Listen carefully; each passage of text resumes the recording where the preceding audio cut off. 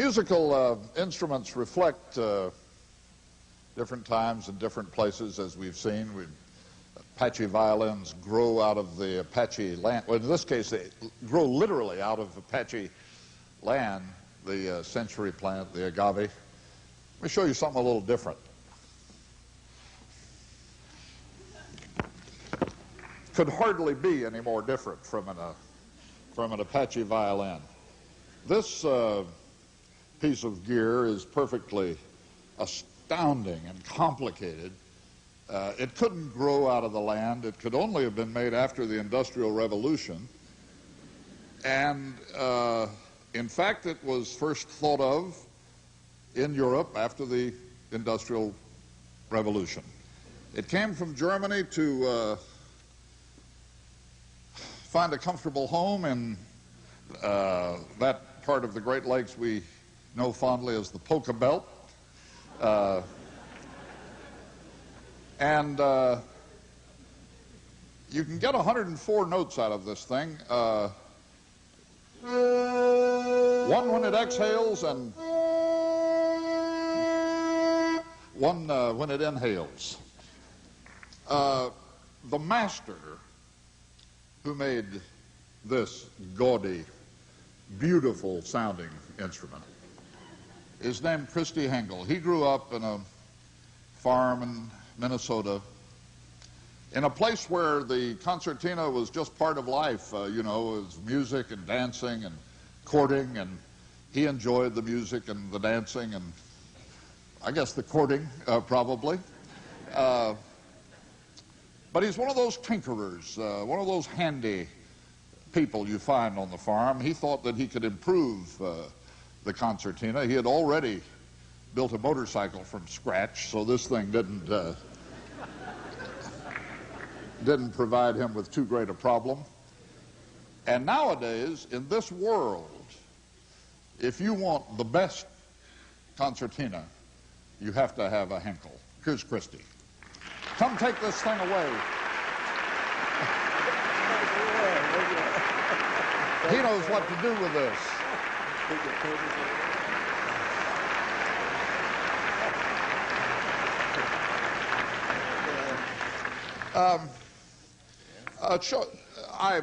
I didn't do a very good job of demonstrating. Why don't you show us just how you get a note out of it? I couldn't do any better. You done fine.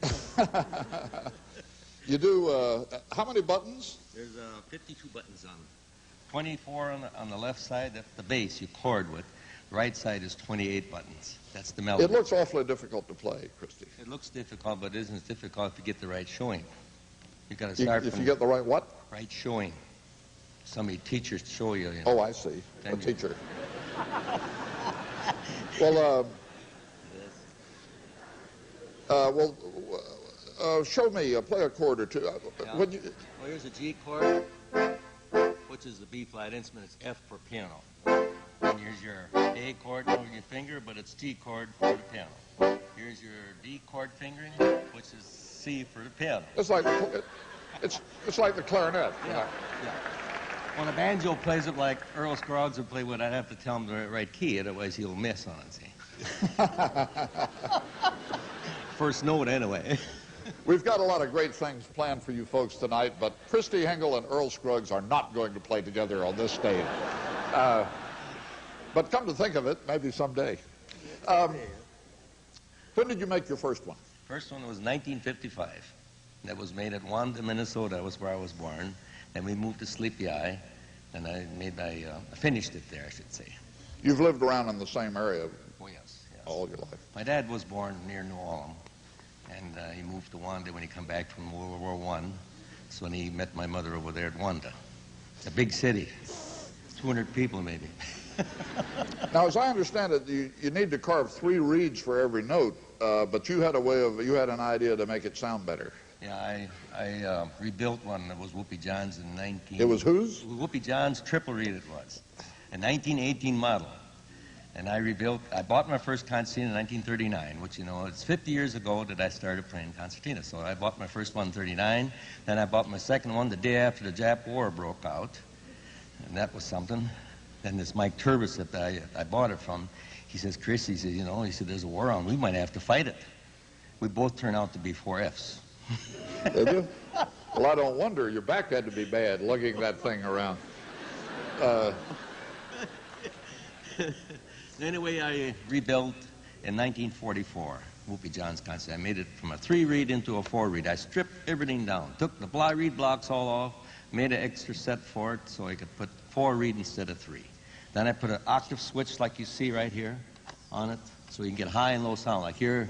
See? And then you put the octave switch up, you go an octave down. Now, that's where that works. Well, you have to be really a very accomplished machinist and engineer to fool with one of these things, don't you? The people do tell me that professionals that play them, they tell me they don't know how I can do it, but there's a lot of them playing them, and some wizards too.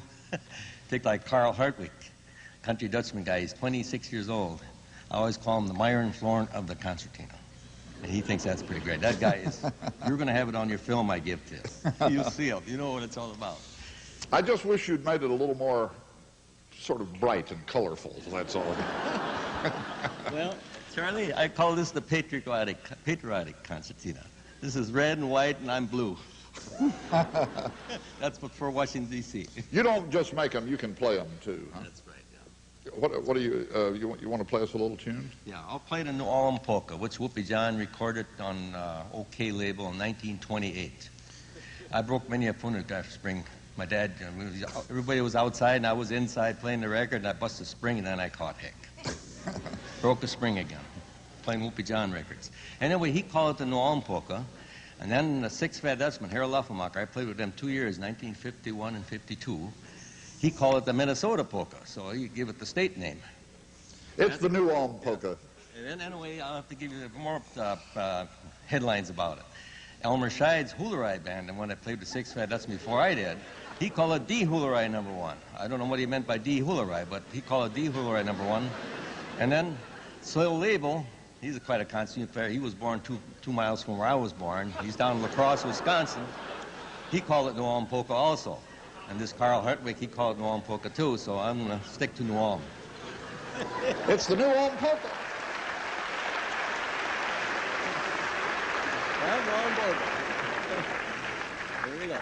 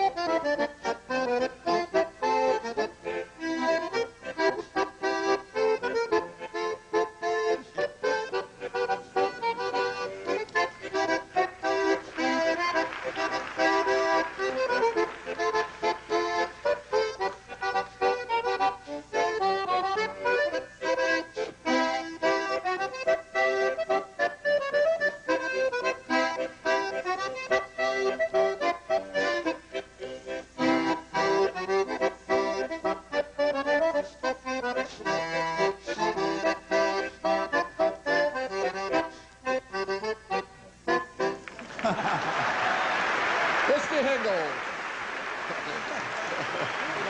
Should we play a waltz yet?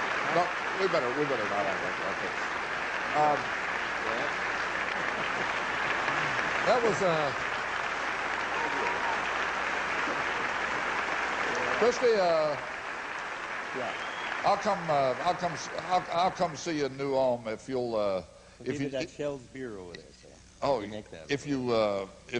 if you'll just try to learn in the meantime not to be such a shrinking violet, so we can have a talk. Christy Hengel. Thank you very much, Charlie. Dankeschön, like they say in New Orleans. Dankeschön.